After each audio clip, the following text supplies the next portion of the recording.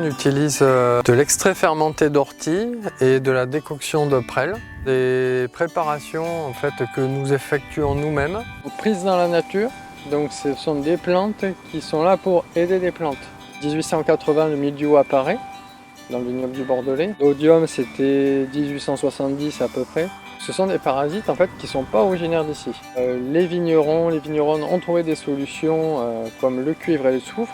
La chimie s'est surtout développée des suites de la Première Guerre mondiale.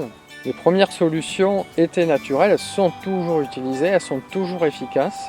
Il n'y a pas d'accoutumance de ces maladies avec ces produits d'origine minérale, cuivre et soufre. Complémenter ces produits-là par des produits vivants qui ont fermenté ou par des extraits de plantes qu'on a mis à infuser. Ici donc on est en région aquitaine et c'est surtout le mildiou de la vigne qui nous préoccupe, beaucoup moins l'odium. Donc le mildiou se traite avec du cuivre et on peut utiliser voilà, donc de l'ortie et de la prêle.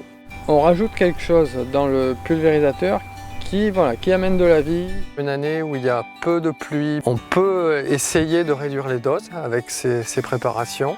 Et une année avec beaucoup d'eau, beaucoup de pression, les plantes viennent à ce moment-là comme un complément, c'est-à-dire qu'elles vont renforcer le système immunitaire des plantes. Alors déjà, ils apportent de la vie, parce qu'ils vont apporter une microflore intéressante, étant donné que c'est un produit fermenté, donc il reste forcément des bactéries, des levures.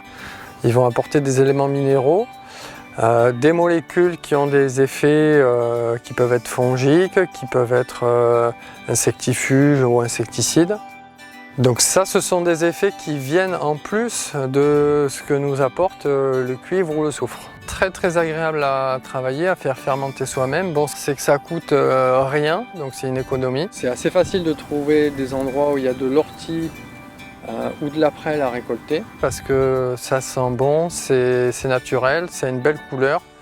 Voilà, ce que je disais, quand c'est juste fait, on a presque envie de le goûter. Ça, c'est bon signe quand on a envie de toucher un produit comme ça qu'on met dans son pulvérisateur. On part ensuite le diffuser, le répandre sur la parcelle et on se sent bien dans sa conscience, on se sent bien.